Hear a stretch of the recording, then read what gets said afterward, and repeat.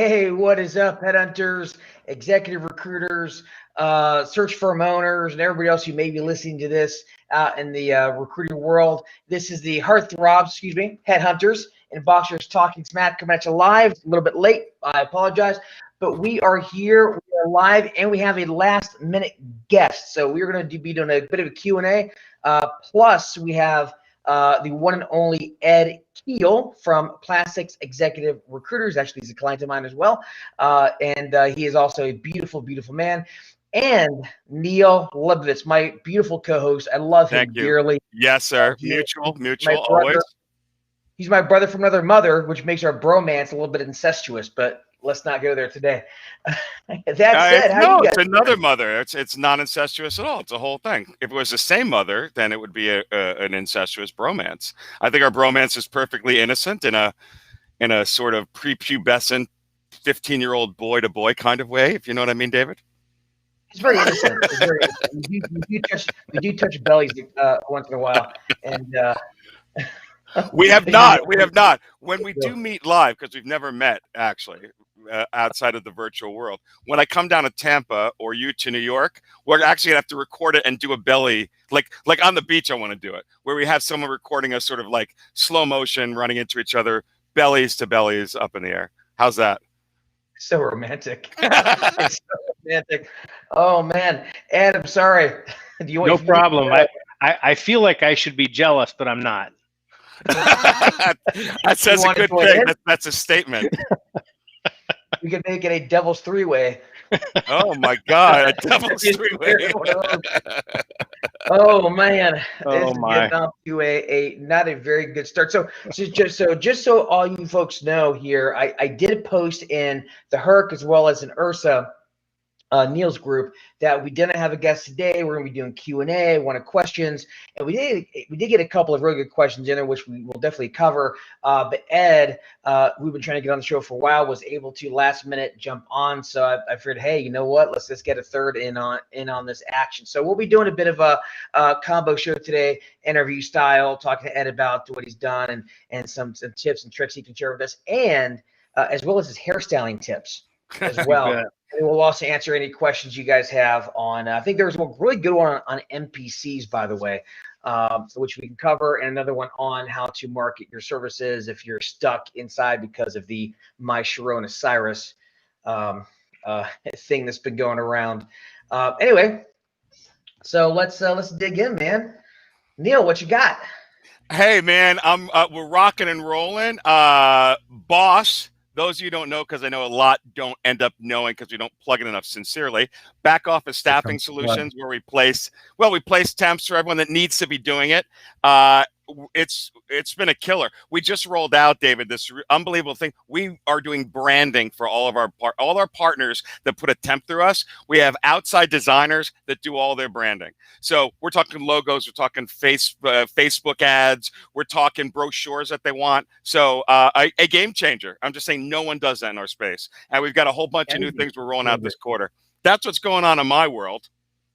You know, it's a game changer. That's a damn early plug.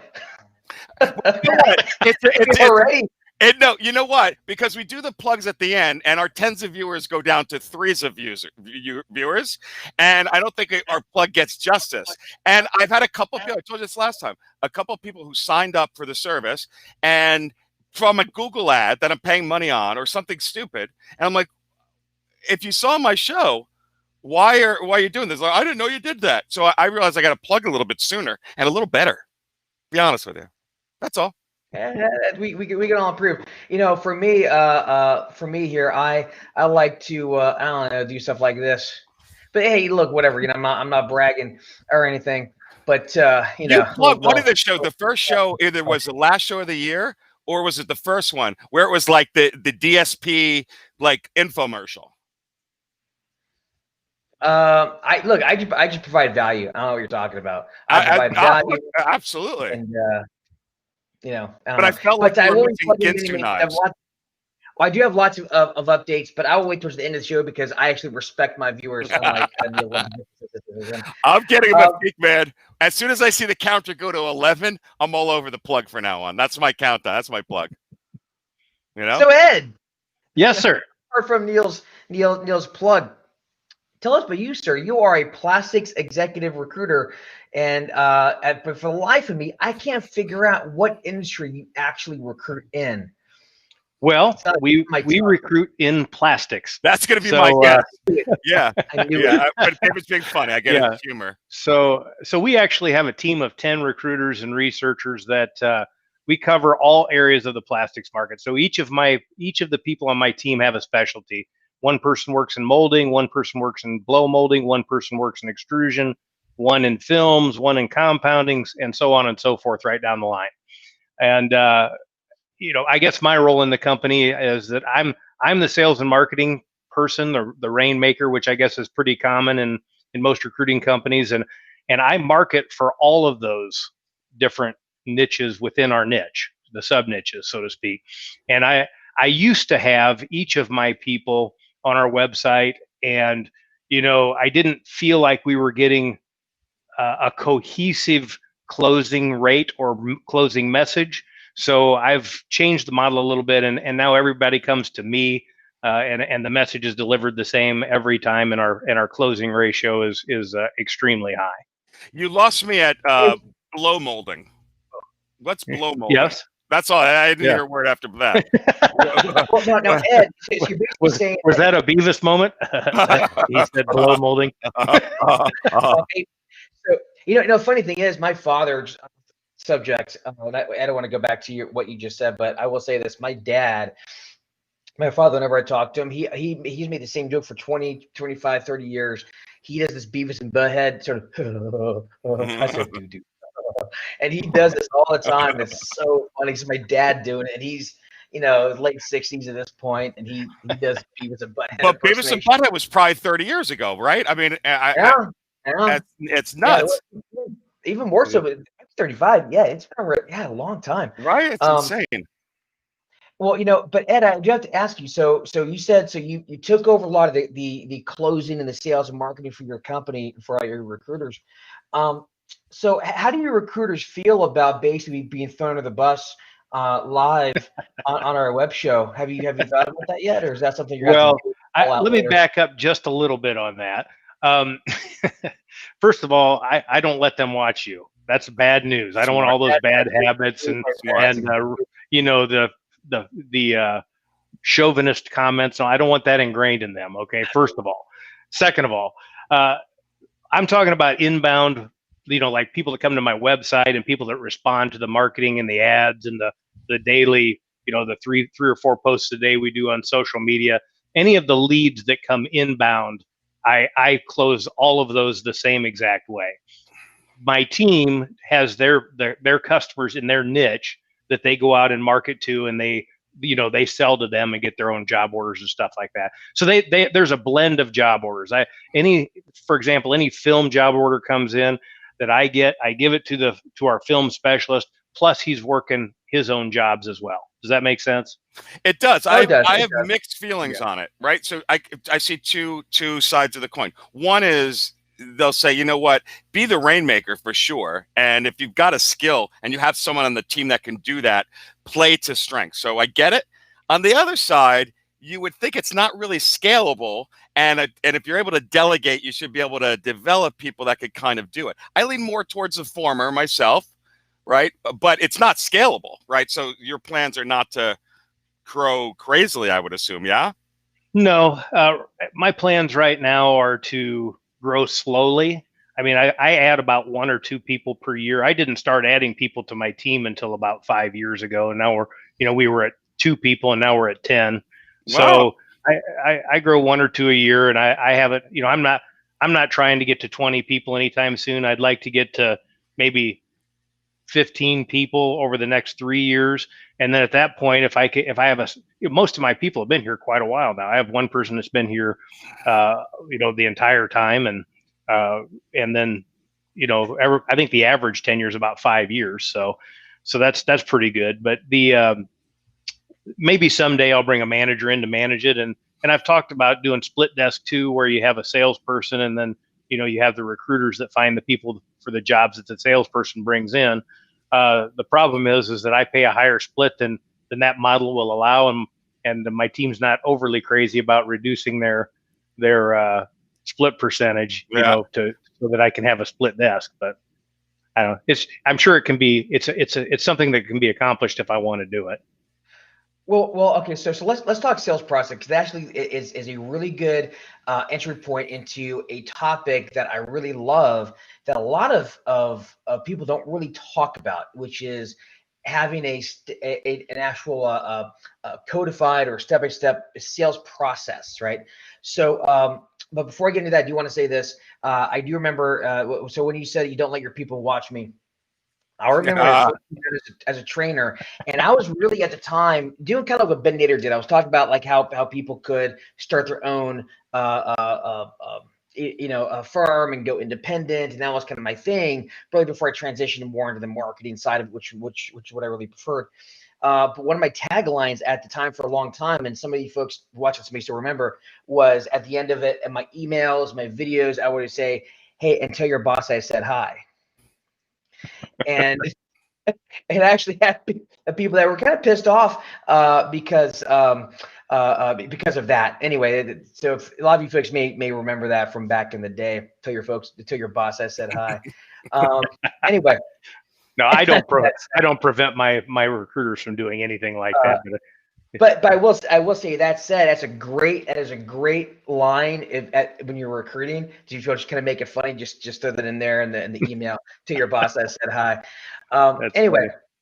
Let's talk sales process though. So what do you have a sales process like put in place? Like, I don't know for you if you're inbound, right? But do you have a specific sales process like scripts and certain meetings and collateral? And if so, like what does that look like? I would say yes to that, and I'm not talking about just inbound, because I send a lot of messages outbound as well, using LinkedIn and different email programs. One day it's out, or this year it's Outplay. Last year it was Woodpecker, but we use sequencing, and anybody that shows interest, typically has a link where they can schedule a meeting with me through my website. Not everybody wants to do that. Sometimes they say, "Here's my schedule," which I appreciate. Now I'm happy to go on there. And it's unfair that I don't like that, but I feel like, oh man, now I got to go in, look at my calendar. I just like when they use my link, and that's selfish. I get that, right? Yeah, I don't like it though. To some extent, and I commented on David's post this week, which was a really good one, by the way, about the comparison between dating and recruiting, and that's a comparison I use all the time with my team. And these guys are like, I've been chasing these guys for 2 months and they won't reply to me and everything else. And I told them, well, quit chasing them. You've got to have a little bit of a standoffish, or you can't be too interested or you chase them away. I mean, if you've ever had a puppy, if you ever try and chase a puppy, the puppy runs as far as it can in the opposite direction. As long as you chase it, it keeps running. As soon as you turn around and walk back, the dog chases you, and it's the same with dating, and it's the same with customers to some extent. If you act like you need the business too bad, well, then you never end up with that. Every job order that I was dying for, I didn't get. And every job order that I tried to push away, it seems like I ended up with, and I've gotten lots of job orders, believe me. So if you send clients rated X pictures, texting them, they don't like it either. Doesn't work for them either. I'm sure. I'm sure that's a bad deal. I've never tried that technique, but it scares them off, and they get offended. Yeah, and I will say this, when just in general, for these folks listening to this, if you haven't read this post, by the way, it's up on LinkedIn. It's also in the HERC Facebook group. It's basically it's titled DSP's 21 Rules for Dating and LinkedIn Biz Dev. Was that you in the picture, by the way, David? Was that you in the picture? What? It looked like you actually. The guy looking back, was that a stock photo, or was that you? No, I'm white. Oh no, but at a distance, it looked like you. Like on LinkedIn when I saw it, I thought it might have been you. Oh. Man, and so I'm also a fine looking man, so I can see where that comparison would be apropos. But but no, I'm not that smooth. But used to be. You are that smooth. In fact, Lynn Vaughn made a post of her dreams for 2021. She said she wants Ben Nader's money, my looks, which sweet of her, and your style, your smoothness. That's what she wanted. Well, thank you, Lynn Vaughn. I understand, but I will say though that when it comes to when you're trying to get business, and the same in dating, right? Like you can't, a lot of people say, well, I need to go try to get the business. How do I stay aloof? And so the deal is it's always push pull, right? So you go out and get the business. Don't be afraid to go for the kiss. Don't be afraid to ask for the date. Don't be afraid to ask for the digits, right? But at the same time, ask and pull away, and ask and pull away. So, for example, when you ask for the meeting, for example, let's say you're talking to somebody, you're emailing back and forth. Hey, let's jump on a phone call. Let me see if I can help you. We're really good at what we do. If we can't help, I'll make sure to get you pointed in the right direction. But if I can, I'll tell you exactly how that would work.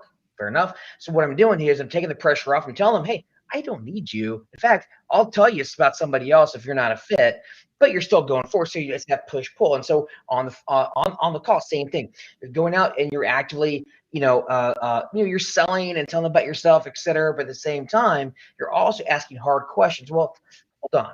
Let me ask you a question. So why haven't you hired anybody yet? What's going on there? And so it's a dance that you need, and you really only get good at it by just repetition. You just need to do it a lot, and you get a feel. But the pull, I don't know that I fully agree with you too. I'm more so in recruiting, but you don't want to sound desperate, right? But I think that maybe we're saying the same thing. For me, the pull isn't, I don't mind someone knowing I really want their business. I'm going after, I'm being very persistent, much more than dating. Like that I get. You're going to, like, they don't want it. It's done. If they're not interested in the beginning, that's not going to help. It's different, I think, in business. What I do is I consult, let them know where they're really making, like what you're saying kind of here, but where they're really making a mistake, or where I think they're approaching it wrong, or I think they really haven't seen the big picture. So that's kind of pulling back some. So I'm not desperate in that I'm willing to like share how I think I can help that maybe you're not seeing. And again, you do it from a sales perspective. You have your own style of it. You're still push pulling, but it's a matter of, I think there's a lot of value in letting them know that you're not. Again, it's the puppy dog, or actually the better analogy I think for me would be like a leg humper. If you're just trying to just hump and then late trying to get the business, I think it can turn a lot of people off. And I think, or even like on the candidates that are recruiting, when you're going out after a candidate, as they say in terms of candidate control. In fact, I remember this line from Danny Cahill. He said, "There is always more than one candidate, even if there's only one candidate." Why? Because you want that candidate to know that he or she is not completely in control. And that's part of that push pull. Absolutely. Always create competition. Always. Absolutely. One of the top 5 tools of influence, by the way. Competition. And I'll tell you what, and it comes down to, and so it comes down to, with candidates, also with clients, et cetera. And I think it just ensures good behavior on the part of the client and the candidate. But obviously there's different methodologies. But yeah, just in general, always think to yourself, kind of that push-pull dance and where you're at in it. And are you coming on too strong? Maybe it's time to start pulling back a little bit. Make them chase. Because the more you chase them, the more you want them anyway. But you bring up a good point. So you talk about sales, and that competition's major. In recruiting, you can use it so many ways. It's not just a candidate. You've got to humble them, and there's always another one. Same deal with a client, right? When you're talking about the candidate, there's always another company. Like, this person's in demand. Like, that stuff, it's crazy, but people love to do what the masses do, and they want what they can't get or what's more difficult to get, right? So that perceived fight, that perceived need to have to work to get the job or to get the candidate is such a powerful tool that I think I based my career on. Honestly, I think it's major. Well, let me ask you this, Ed. So what do you do? So when we're talking about push pulling, like how are you? So the thing that I hear all the time, every single agreement that I send out, so we were talking about the steps, right? You get the lead, schedule the appointment, talk about their needs, emphasize the fact that maybe this doesn't make sense to work together. Maybe it does. Let's explore that. Ask the hard questions. Then I send them my what I call, it's the roadmap. It's the brochure of how we do things. It has, really tough questions in there, like how much does this cost your business per year, yada yada yada. Then I get them back on the phone after I show them the shiny stuff, which nobody cares about, right, Dave? But no, they read through that, and they come away impressed almost invariably. We have a good offer, right? It's and because Dave taught it to me, so I've used his lesson well, and it is a game changer. So anybody that doesn't do it, I hope you're in the plastics market, because I'm closing a large percentage of these, and I know my competition, by and large, except for other people that you train, don't close as well, and they don't have as good a media. But so then we get on the phone, and I'm trying to wrap this deal up, right? And I tell them the type of search we should do, and they always say, what? Well, I have people willing to do this for 15 to 20%, right? And this is where I pull back a little bit, right? As soon as I hear that, I say, I know a lot of recruiters that only, I know hundreds of recruiters. There are a lot of recruiters, probably the bulk, that charge 15 to 20%.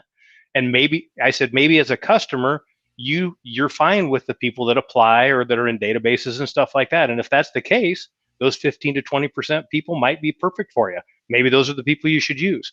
On the other hand, if you want the 80% of people that aren't looking for a job, and the people that have to be called at their desk because they're not looking, and the hard to find direct recruits, I mean, we're going to get on the phone, we're going to pound them. I'm not going to get out of bed in the morning to work for 15 to 20% to direct call people. It's just too hard. But if those are the great candidates, and if those are the people you want, those are 25%, and it requires a $5,000 upfront payment, and it's effective as hell. Well, So, it's very true. It's a tactic, right? It's in Mhm. negotiating. They say, well, your competitors are doing it for, and so when you do that, you effectively take that tactic and you smack it down. You say, that shit ain't going to work here. I mean, not in a bad way, but in essence, you take that off the table. It's Right. not a viable tactic anymore, Right. which is fantastic. So what they're hearing is, in their mind, I think what they're hearing is, well, I'm paying for a premium service, right? I don't want that. I don't want the lower cost guy, because they're not going to give me the best people, right? So, and I'm telling them, I don't want to work like that. I don't do substandard work, and I'm not going to do it for that kind of money. So, Listen, anyhow, as someone that uses recruiting firms, so I'm amazed at how many people drop their fee the second I bring up, well, our budget's 20%. All right. And those who don't, just to your point, totally respect them more, totally listen to them more when they present a candidate. And it's crazy. Like why? I don't understand. Negotiations, and I'm not even going to call it that, because it's just sticking firm a little bit and at least playing the game. It's the highest paid work you can get, right? I mean, you could take 30 seconds to raise your fee from 25% to 30%. That's a 20% increase in your fee. People can do the math, say, no, you're wrong. It's 20% increase, right? Highest paid work you can get. So, yeah, to your point. Well, here is, I've trained a lot of recruiters, and I can still vividly remember my early years of recruiting. Now, it's been a long time ago, but I used to just, when somebody would pay me 20% for a search, I would be like, are you kidding me? People are paying me, they're going to pay me $20,000 for this? I can't believe it's not worth $20,000. You know how I feel now? God dang, I got to get up and do this for 25%. I should be raising my prices. Yeah. I mean, this is hard work. I mean, you get beat down in all different ways. It is worth it. I've turned that corner. What you just said there, this actually, I think a lot of recruiters need to internalize. When you said that you first got in this business, and you said 20%, like, oh my gosh, they pay me that much. I thought the same thing when I got into this business. I was the average fee on my desk when I first got in. I came from temp staffing originally, labor staffing with really low margins, and then a call center, also same thing with really low margins. Got into search, doing insurance at the time. My average fee was $12,000, and I thought, oh my God, I can't believe someone would actually pay $12,000 for one person. That is ridiculous. I'm almost ripping these people off. That's what I thought at the time. And then obviously getting into the business, and my, and of course my fees raised throughout the years, because that was like 20 years ago. And then, and I think a lot of recruiters do that. They fold immediately because they don't really see the value in what they do, because they're putting an ass in the seat. When he did the work that Ed's done in terms of creating like this really cool offer, and these different and and different not stages, but levels of his offer, right? You can get this, or you can upgrade and get this, you can upgrade and get this.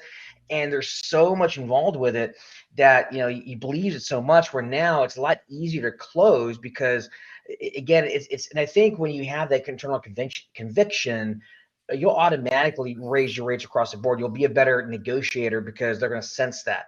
And the other thing that I noticed, and I've actually mentioned this to clients before, you know, when they've when they will talk to a recruiter and the recruiter says, yeah, 30%, and the client says, well, we do 15%, and the recruiter says, okay, I can do that too. All right.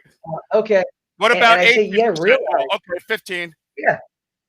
And you got to realize, okay, so you're working with a recruiter who basically, if there's a client out there that didn't hold firm like you did, they're working at 30% over there. They're working with you at 20 or 15% over there. Are you going to want to work with a recruiter that is that bad at negotiating on your behalf? That's probably not the kind of recruiter you want working for you and helping you negotiate the best compensation package for your candidates. And so I think I think just the act of doing that really just looks bad. It really looks bad in your client's eyes. You're not doing them any favors by reducing your rates at all. No, and I'm going to tell you something else about engagement fees and retainer deposits. First of all, in the past, since October 1st, I have billed about $90,000 in deposits. Okay. So in the past 2 quarters, even if I hadn't filled any roles, I'd have almost a 6-figure income in just over a quarter in deposits. I mean, that's real money. You know, I can run my business on the deposits we're bringing in. Now the success fees are what is where the profits are, obviously. But, you know, I'm getting deposits that are bigger than the placements that my recruiters are. You know, I'm telling them all the time, you guys, you know, if you get a good retained search, I just build a $35,000 retainer. You know, these guys are, you know, a lot of times they're stoked about a $15,000 placement, which I'm also stoked about that, right? It's all thousands of dollars. But if you can get 35 grand upfront and then get a 35 grand, you know, progress payment, and then get another 35 to 50,000 when you close it, you know, a lot of people can't bill that for the whole year. That's one placement. And the other little dirty secret is that if you can get that search, it's easier to find people than it is to find a production supervisor. You know, not the craziest thing. It is. It's one of those things where I think a lot of recruiters see this retainer work or even engagement work, and I know because I was there for years as an SAP recruiter. I always assumed that my clients in my industry would never pay retainers or engagement fees because look, it's all body shop recruiters. It's all we all do contingency. We all are all the vendor lists and all that. And then I got my first one, and after I got that first one, it was easier to get the second. It was easier to get the third. It was easier to get the fourth because I believed it, and I wasn't even very good at pitching at the time. I just got it, and it just gave me that confidence. I think it's that confidence when, like, going back to dating, you know, when you get enough, the more, especially as a man, the more confidence you have, the more the more attractive you are to the opposite sex, right? To the ladies, you know, and it just takes that first date, that first time you got a number, the first time you actually had success, and you feel like I'm an attractive man, and that makes you more attractive. It's where you got to get that first little taste of success, and then you can build from there. Yeah, the problem with getting money up front is that to get a contingency search is so easy. I mean, it takes no selling. All you got to do is say, I can find you the person, sign my agreement. You're not committed to anything unless you don't have any skin in the game. You don't have to hire anybody unless we send you the perfect person, sign my agreement. If we, even if you don't say anybody, you don't have to pay us anything. It's super easy, right? No complexity at all. To get money up front, now you have to have a complex sale and give them reasons why they should give you money up front, right? So you have to talk about all the things that you train, David, and you have to, it has to be internalized. You have to believe it. You have to understand it, right? And those are things like, we're not going to send these candidates to anybody else but you. And we're going to focus our time on your searches. And we're going to be upfront with them, and we're not going to hide who our client is. All of the, there's a list of about 10 things there that they get if they do an engaged search with us. And, heck, since I internalized this, which was probably a year ago, 50% of the searches I'm taking in or more, probably more recently, probably 70% get money up front, and you close almost all of those. You know what? 90%. Thinking out loud, I bet you it would. And I wonder if I was president of like an Adeco or an Agilon again, if I would do this. It almost makes sense to train a contingency recruiter on retained first. Force them for 3 months to do nothing but have to get money up front, right? Nothing but retained. And then, as you said, you make it sound so easy. And you're right. When you do it and you have that conviction, contingency is easy, right? It's not for most of the people watching this and newbies and people just doing it for a couple of years, right? So, when you get that hard, I'm selling it, I'm really pushing for this thing that is really going to require commitment, then it's really that almost settling for, all right, would you at least do contingency, right? Like that's a no-brainer. Like, fine, let's do this then, right? I don't know. Yeah, out loud, think it out of the box. I tell you what, to me, it's kind of like the difference between getting somebody to the car lot and getting them to actually buy the car. It's kind of easy to get the guy to come look at the car, and a contingency search isn't too much different than that. What do I got to do? What do I got to do to put you in this job order today? Right, something like that. Yeah, something like that. That was pretty good. Thank you. By the way, great movie is the movie Used Cars with Kurt Russell. Remember that movie? I never saw it. Yeah, it was the sequel to Herbie the Love Bug. Yeah, early 80s. But anyway, so that said, yeah, but you're right. I think another thing that helps as well is having, and for those folks who say, well, how do I ask? How do we do it? What Ed mentioned, having like an offer sheet or having collateral. When you set up an appointment, I call it flashing the badge. It's when a police officer flashes their badge and you're like, oh, okay, this person has authority. When you set up an appointment with somebody, when you send in your marketing collateral, hey, before a call, I want you to make sure you review this. Even if they don't review it, they just glance at it. Just having offer sheet and all the different details of your service offering, and you do this, and maybe a guide, and maybe a video, whatever, but you front load heavy. By the time they get on the call, you basically flashed your badge in essence, say, hey, I am for real, I'm legit, because the recruiters don't do this sort of thing, and it makes it easier for you to slip into that mode of we offer a higher level service as opposed to just putting a butt in the seat. And I think that having that marketing collateral, so you folks who are kind of wondering how to do this, get whatever marketing collateral you have, make sure it's really, really solid, and just send it to people before the call. Just start front loading as much as possible. That'll help. Just kind of baby step a little bit towards having a little bit more authority on the call, because otherwise, but for most recruiters, they get on the call, the client, what happens, or a prospect, they're like a puppy dog. They're trying to, can I get that job? I really do a great job. Hey, I find the best people. Oh yeah, I'll do no problem. I'll do 15%. Oh yeah, no problem. Like they're like a little puppy dog, and you gotta have the ability to flash your badge and be like, hey, buddy. So Ed, you're a 7-figure guy. You're killing it. You've evolved. What's your biggest points or two you think that your prospects really turn when you really feel like this is my gold kind of nugget of trying to close them, when you're talking about why to use? You mentioned a whole bunch of things fast, but what I mean? Like what's your favorite? Like this is why you got to do this. Well, I do have a different badge than most of my competitors in the plastics market, and that is I used to actually own a molding and extrusion company prior to become a recruiter. So I hired all of these people. You must have gotten tons of chicks. Oh man, chicks love plastic people. I'll tell you. Hey baby, I'm in plastics. I'm in injection. Oh, and I'm not. That wasn't an injection. You drive a pickup truck too? Yeah. Really? You do extrusion? Tell me more, big guy. And you're I bet you had a lovely set of locks of hair back then too. Oh, I did. I did have good hair. Yeah. So I don't know. I mean, I can tell people, hey, I can set up and run in molding and extrusion machines. I've worked in thermoforming and everything else. I did that before I did this. So you're not going to stump me when it comes to your technology, and neither is the candidate, And so I have almost, and I've worked with 648 companies and made, 1,200 placements. The authority is easy for me to get. All right, was 648 a real number, or is that like a training thing? Was that a real number? I actually know that because I just had a customer ask me for all of the people that I've worked with in their space, and I pulled up all my customers from my CRM, and there were 648. That was like an hour ago. I bet you it's So- 647 because in Excel you always have the column heading, and then you forget, right? You look at 648, but it's 647, brother. I'm just saying. Well, it said 648 records, and it wasn't an Excel spreadsheet. Oh, so now I think that, yeah, I think that actually there are probably a few recruiting firms in that list that I've done splits with. So they may not all be plastics companies, but anyhow.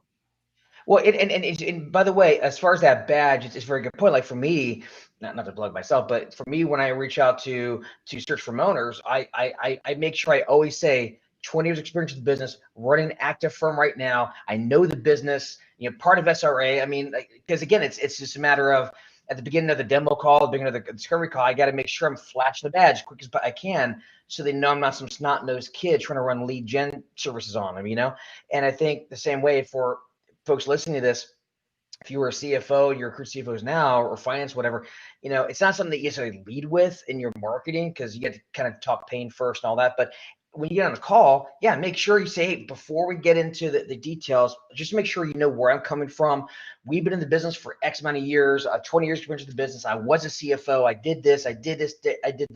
And it's just as a way to really quickly flash it before you get into the meat of it. Just to remind them that, you are legit, or as MC Hammer would say, to legit to quit. Is that how it went? Yeah, like 40 years ago. Sure. He said that 40 years ago.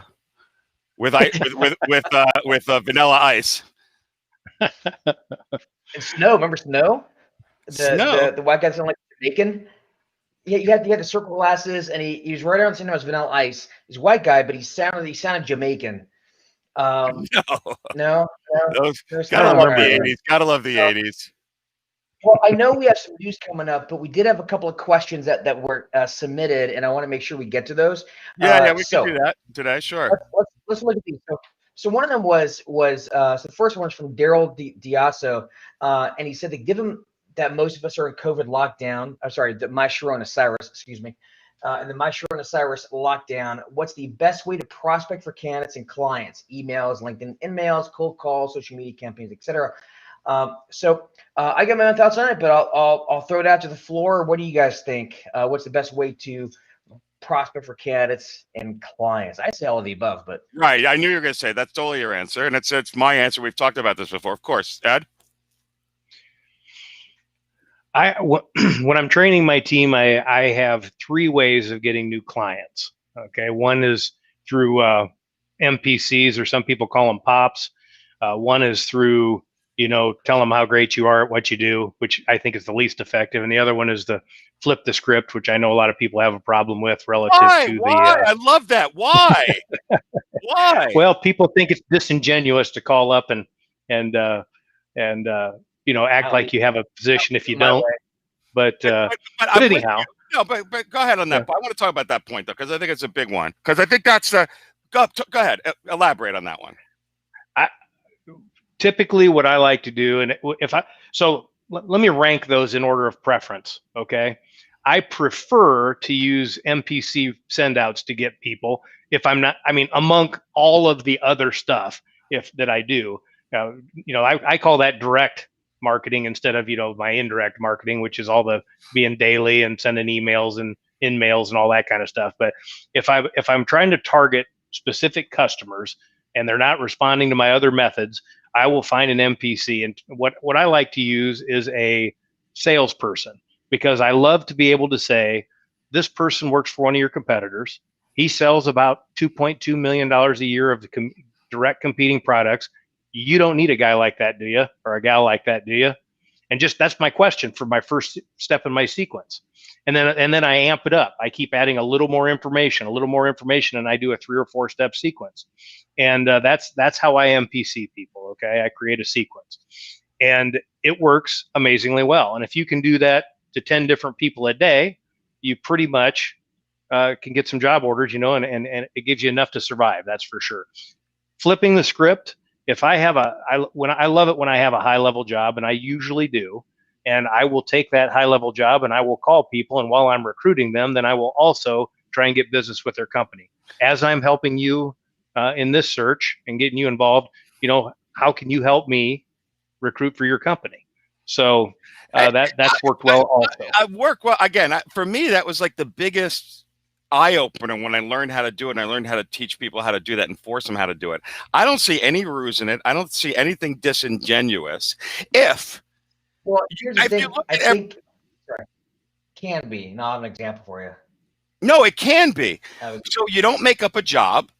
If you look at every call as a recruiting call and a marketing call, and they're all the same, you always do all of them, then it's a matter of where you're entering first. So if I'm talking to someone that I'm not making up a job, here's what I do. I'm in the plastics business. I know 604-day clients. We need to know each other, blah, blah, blah. I would love to see if you're game to hear about things. Like, what's your story? Let's talk. Let's get to know each other. How's that disingenuous? I'm going to use that information. There's two ways it can be disingenuous, in my opinion, and I agree that it shouldn't be. But I think it's the way you approach it, and it's the way you transition. And here's what I mean. There are a couple of really well-known trainers, really well-known trainers that will say get a fake job and then call and then flip it. I'm not a big fan of that at all. No, it's a ruse. It's horrible. But it's a ruse.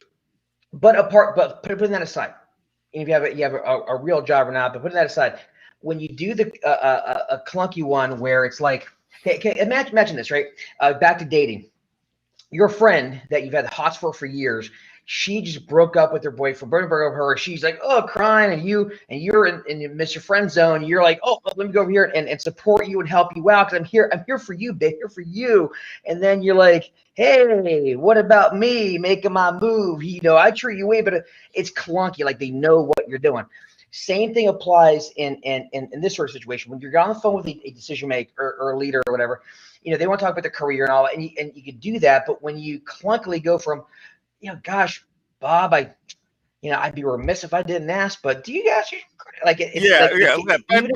But that's totally yes. And good point. I think for me, like the way to do it is smooth. It's longer. It's not as easy, but I think it's more effective is when you can say, if you're talking about, okay, let's talk about your, where you want to go and what you want to do and all these things that you would normally ask. Say, look, I want to find out what really makes you unique, special amongst leaders, right? Because look, there's lots of VPs I talk to, believe me. So what really sets you apart and really start digging into their leadership skill, leadership style, their hiring record, which is for most leaders, one of the biggest differentiators between a successful leader and a not successful leader is their hiring record. Let's talk about that. What are some of the missteps you made? What about, you want to get into that because that gives you an actual bullets in your gun to say, I got to say, you may need some help in these areas. Look, this wasn't the purpose of this call, but would it make sense to have a conversation? We can actually dig a bit into that issue that you're talking about here. And if I can help, I'll tell you exactly how I can help. And if I can't, look, I'll get you pointed in the right direction. Does that sound fair? I mean, it's a lot smoother and it gives you, but it's just people just make this dress jump and it seems disingenuous. Right, but don't be afraid to make the jump. Don't be afraid to make the jump. Yeah. You're right, though. You can't make it clunky just like that. Oh, and then go right into it. But it's okay to let them know, look, I do both. I'd also love to work with you. I mean, I thought nothing wrong with it. Just like a sales colleague, again, I'm interested in I'm interested in networking with them. I'm interested in helping them out when something comes down the road. Yeah, I'm interested in staying in touch with them. If there's a gap somewhere, because at the end of the day, I always say, if there's not a pain, you can't sell them. Find the pain. And your goal is to find that pain. Dig, find them. As you find that pain, use that as your pivot point and say, hey, we can really help with that. This is exactly what we do. And this wasn't the point of this conversation, but would it make sense to schedule a call? We can dive further into it. If I can help, I'll tell you exactly how. If I can't, look, I'll get you pointed in the right direction. Takes the pressure off. Does that sound fair? And it's an easy yes. It's an easy yes. And it makes it look like you're being more legitimate. But so the comment here, the flip calls are fundamentally dishonest. Again, it's yes, it can be, but fundamentally, if you do it, for example, if here's things, if you're talking to a leader, if you're talking to a VP, and that VP has told you that they have significant gaps in their hiring process, and you have a solution that could solve it, you're being then you're letting your own story in your head keep you from providing them a solution that can make their leadership career better. That's the way I look at it. So if you go in being dishonest, just dishonest. But if you go in and there's a real problem, you can really solve it, and you say, well, yeah, but I don't want to seem dishonest. Well, you're doing them a disservice. That's the way I look at it. So why is it okay to go in on a sales call and then there's nothing there, whatever it is? You're like, well, what's your story? I always get opportunity. Why is it okay to recruit them? Why is that not awkward? It's a double standard, and that's mental. I don't agree it's fundamentally wrong. I think it depends on how you work. I don't think it's wrong. Depends how you work. It depends how you transition. It is. I think what happens is it's the classic. Again, the guy in the friend zone going to his friend, and she's crying, bawling her eyes out, and he's trying to make his move right there. That's scene that reeks of dishonesty. As opposed to if comfort her and get her past her thing, but he's just a good guy and displays those, and once he gets past that thing, so why is it okay to go in as a girlfriend? Or why is it okay to go in as a girlfriend, or go get her as a girlfriend, and then she's having problems, and then spinning up, hey, I also want to be there for you emotionally as a friend. I don't buy it. I don't know. I like to listen to $1 Million Bills who do it all the time.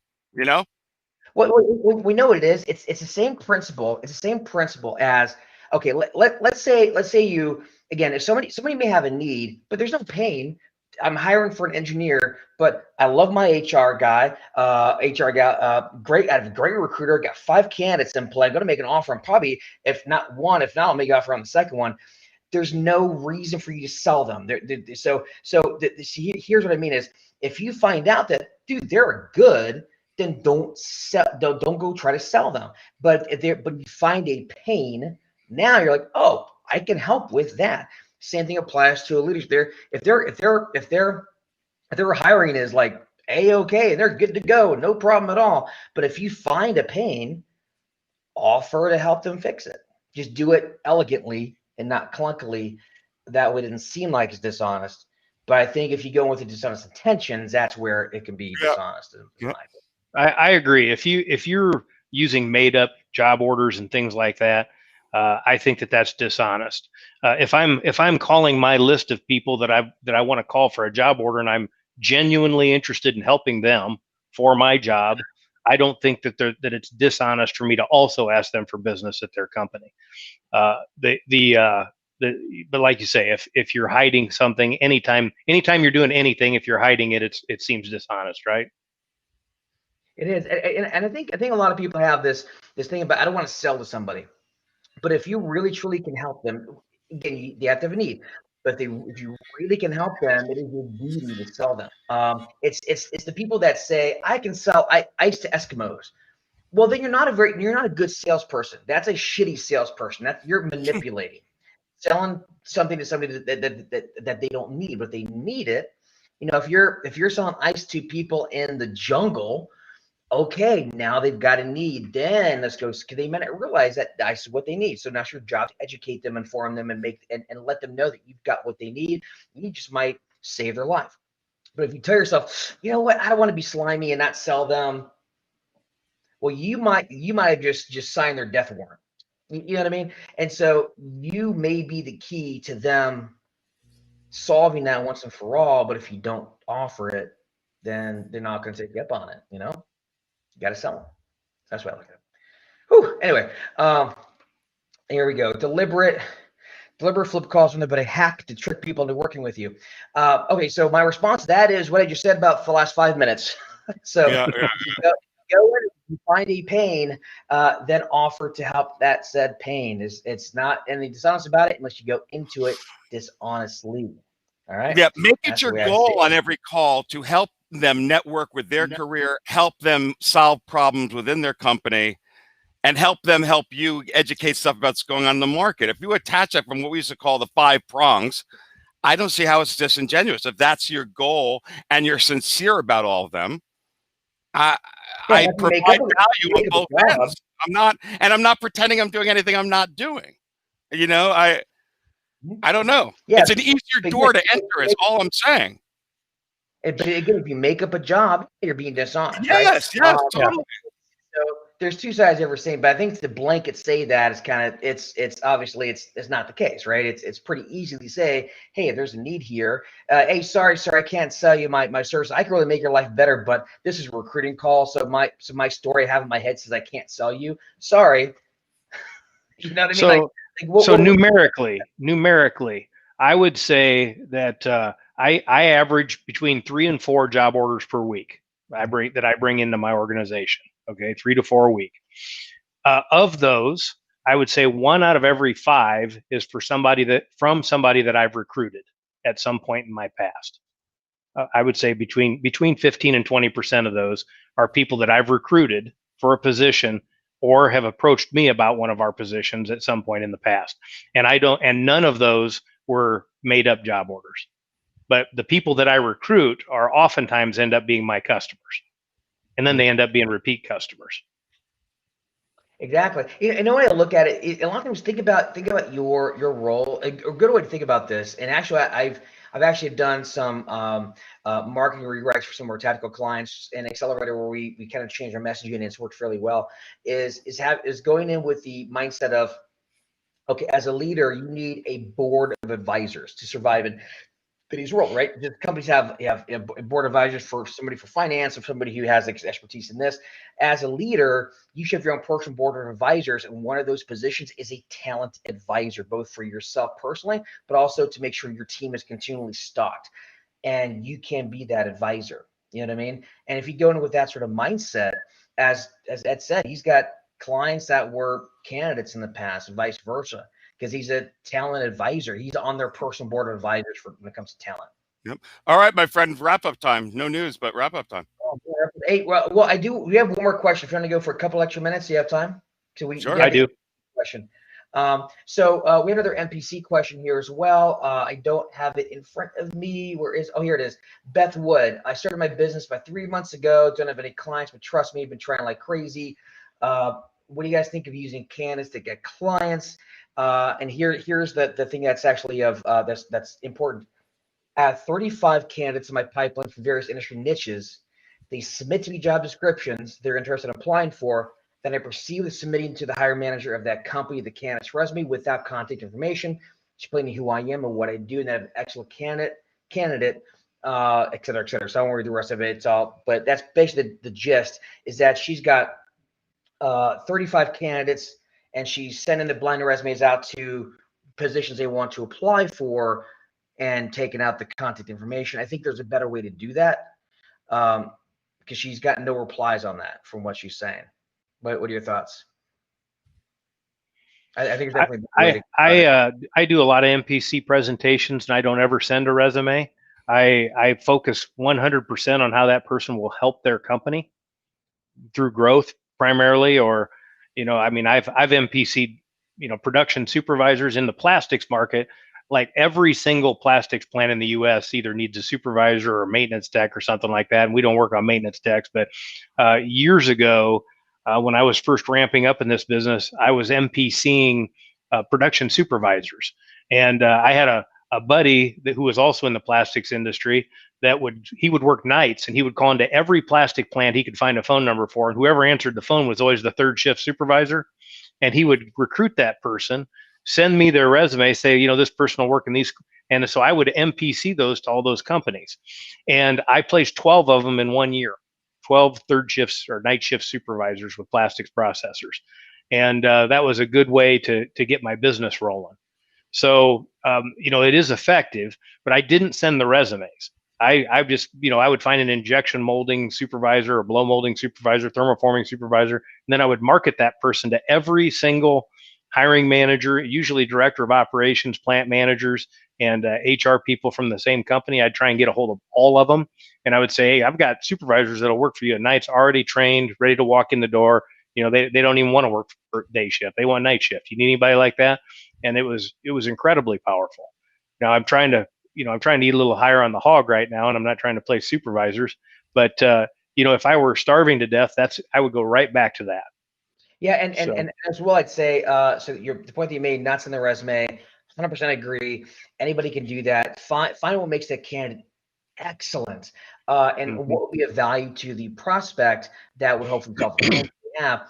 And I think the other piece of it is don't do 35 candidates and just kind of submit them across to I guess maybe one candidate to one job, or one candidate to a different job, because you can't scale that. And I think you're wasting a lot of time. Find 2 or 3 of your top people and design marketing campaigns around them. That way you can scale it out, and you can reach out to multiple companies, have several messages kind of in the pipe for follow-ups as well. Otherwise, I think you'll be spinning your wheels if you're just sending resumes on 35 candidates to clients. So yeah, Beth, focus, but there's an important point we haven't mentioned. And sorry to interrupt you, David. The point is that the initials MPC mean most placeable candidate, which means they're not at the top of the pay range for that position in the industry. They have a solid work history, and they are willing to relocate, or they don't need to relocate because they work remote in the position that they're in. But they're easy to place, right? So if I find a salesperson that is, making a base pay of 75,000 and they're knocking it out of the park, and they're making 150,000 with commissions, but they're willing to work for a low base pay and willing to be leveraged, they'll move anywhere in the U.S., or they can sell from their home. And they've only had 2 jobs in the past 15 years. Well, I can probably place that person in any number of companies that I work with, right? I mean, that is like the that is like the dream candidate. And as I mentioned earlier, I'll put together a sequence to all the hiring managers in those companies. The first sequence says, you don't need somebody that already knows how to sell your products, already has a customer list, already has a Rolodex, that can bring you $2 million a year. You don't need somebody like that, do you? Oh, by the way, they're low paid. Number 2 sequence is, this person's, I contacted you already. I know you're probably busy, but I'm getting back to you because this person's expressed interest in your company, and they're going to bring you multiple millions of dollars. They already have customers. You don't have to do anything. You don't have to train them. They're going to hit the ground running from day one. They're low paid, and they're ready to come to work right now. You want to set up an interview or what? And then the third one, I give them even more. So, and I will say, all those things you just mentioned are not on a resume. Right, they're not on a resume at all. So, and also notice what Ed's doing as well. And this is really, I think, important for people to notice. And I think people kind of miss this point. Is that what Ed's doing is Ed's doing a pattern and interrupt, right? He have got a guy that can do this and this and this and this. You wouldn't need that, would you? But notice all the things that he said was these are things that a sales manager or VP says, whatever, they all want to increase sales and be able to hit their quota or whatever it is. Well, when we think about most recruiters, when they send these candidate emails, is they send very generic either resumes, or they send generic emails, and these managers get a ton of them. So right off the bat, they're gonna be a great candidate in that mix. They'll never know why, because they don't have time to read every single email and read every single resume that some Tom, Dick, and Harry recruiter sends over. You got to pattern interrupt and smack in the face and say, hey, guy, hey, listen, look what I've got here, like what Ed did as well. Find a way to pattern interrupt. And Beth, I have a special offer for you. If you reach out to me on Facebook or send me a message or whatever, I've got a couple of MPC sequences that I can send to you. So just reach out to me and I'll send you some examples you can use. Hopefully that'll help. Yeah. And the subject matter, the subject lines on those MPC emails can be important too. Like, I wouldn't say, do you need a salesperson? I would say, the Michael Jordan of bag converting, or just something to try and get them get their attention. I don't know, something like that. And that obviously that this person doesn't play basketball, but I guess maybe I should change it to the LeBron James of these days, because Michael Jordan's no longer Vanilla considered Ice extrusion, huh? Maybe that could be. All right, I've got to have a hard stop here. So David, I need to run. Okay, I guess we are done. All right, well, no news for today, but I think this is a really good show. Lots of value. Beth, reach out to me and I'll send you those MPC sequences. You'll really like them. Hopefully they'll help. With that said, everybody, I really appreciate you being here, folks. I will say, for me, really quickly, actually, that Neil pitcher thing, I'll pitch mine after you. You got to go. To Neil. Oh, no, I've already done my pitch, so I'm totally good. Totally good. Do temp. You got to do temp in this market, totally. If you want to be a boss recruiter, talk to Neil. I still think you should use that tagline. Ed, anything you want to pitch? And there's not any potential clients that are listening to this, I'm sure, but if you're looking for I doubt that this will end up in the hands of any hiring managers in the plastics market. But if it does, I'm the plastics recruiter. That's right. There you go. And for me, if you are interested in any sort of training, I have training on. Let me pull this up here. On how to build an operational machine for 2021. Go to that URL right there. If you're looking for any sort of sales and marketing training, go to that digitalheadhunter.com/training. If you want to get a price on accelerator or tactical, go to digitalheadhunter.com/assessment, and you can get on the phone with one of us, and we will tell you what our stuff costs. With that being said, everybody, that is it for me. All my plugs. I love you all. Thank you so much for joining us. Thank you, Ed, for being here last minute. You bet. You want a free plug you want a free referral real quick, David? Yeah, I would love one. All right. So I will tell you that using David's processes and training, that it fundamentally changed the way that I market my services absolutely for the better. And, the return on investment's been phenomenal. And, I've got the Boss program too, and I haven't used it yet because I don't have any contract staffing employees out there right now. Damn it. But it is something that we're looking for towards the future. So it just doesn't seem to be prevalent in my market. I've tried. But maybe I'll call and set up a strategy session sometime, Neil. I appreciate it. Absolutely. Of course. Ed, thank you very much. Thank you for joining. All right, everybody. That is it for the show. Love you all. Thank you, Ed. Thank you, Neil. And peace out, everybody.